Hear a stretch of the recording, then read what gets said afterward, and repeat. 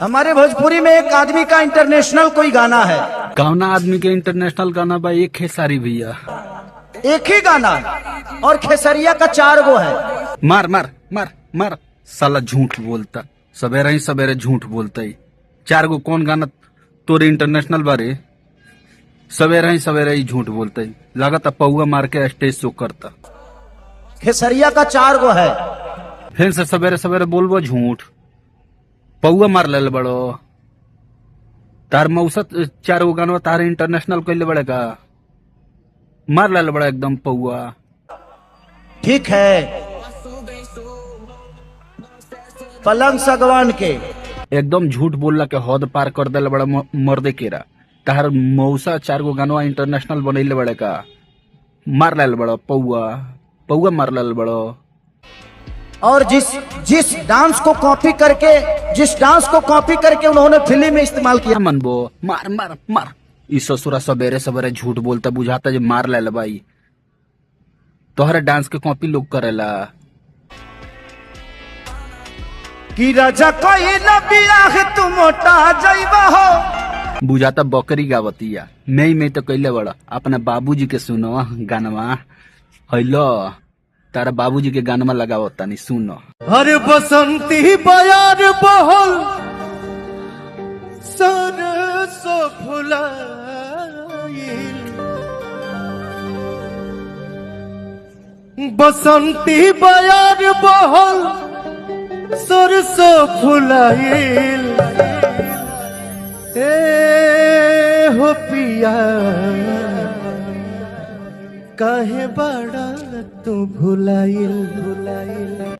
तू मरियो जइबो त ऐसान का आवाज कहियो नहीं निकल सकत हार ना। ऐसान का गाना गा सकत फाट जाई। ऐसान का गावे में फाट जाई। खैबा में हरी के हाथे त गोटा जाइबा।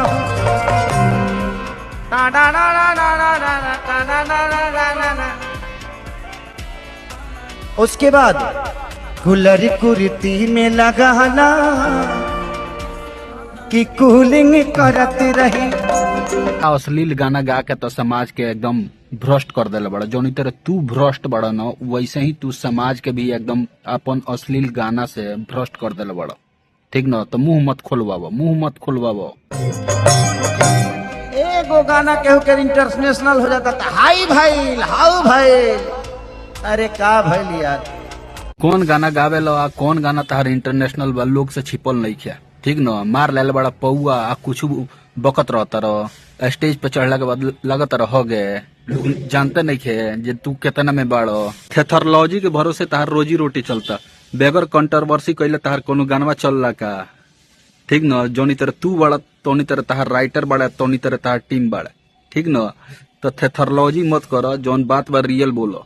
मेरा बेटा खूब खुश रहे और दुनिया का हर खुशी हासिल कर ले। मेरे तरफ से पवन भैया को और पूरी इंडस्ट्री को दिल से थैंक यू कि सबने आकर मेरा मान सम्मान बढ़ाया। और जहां सवाल है मेरे पवन भैया का, तो ये पवन सिंह बाद में है। सबसे पहले मेरे पिता समान है ये। कोनो बाप के अगर नालायक औलाद हो जाओ तो बाप का करी? उहे हाल बा। कबो पवन सिंह के बाप बनावो तारा, कबो मनोज तिवारी के बाप बनावो तारा, कबो रवि किशन के बाप बनावो तारा। पता न तार कितना बाप बाड़े। ठीक न? तो पता न तार कितना बाप बाड़े। तो पवन सिंह का करस? अगर पवन सिंह के लड़का खेसारी लाल यादव नालायक निकल गईले तो पवन सिंह बेचारू का करस?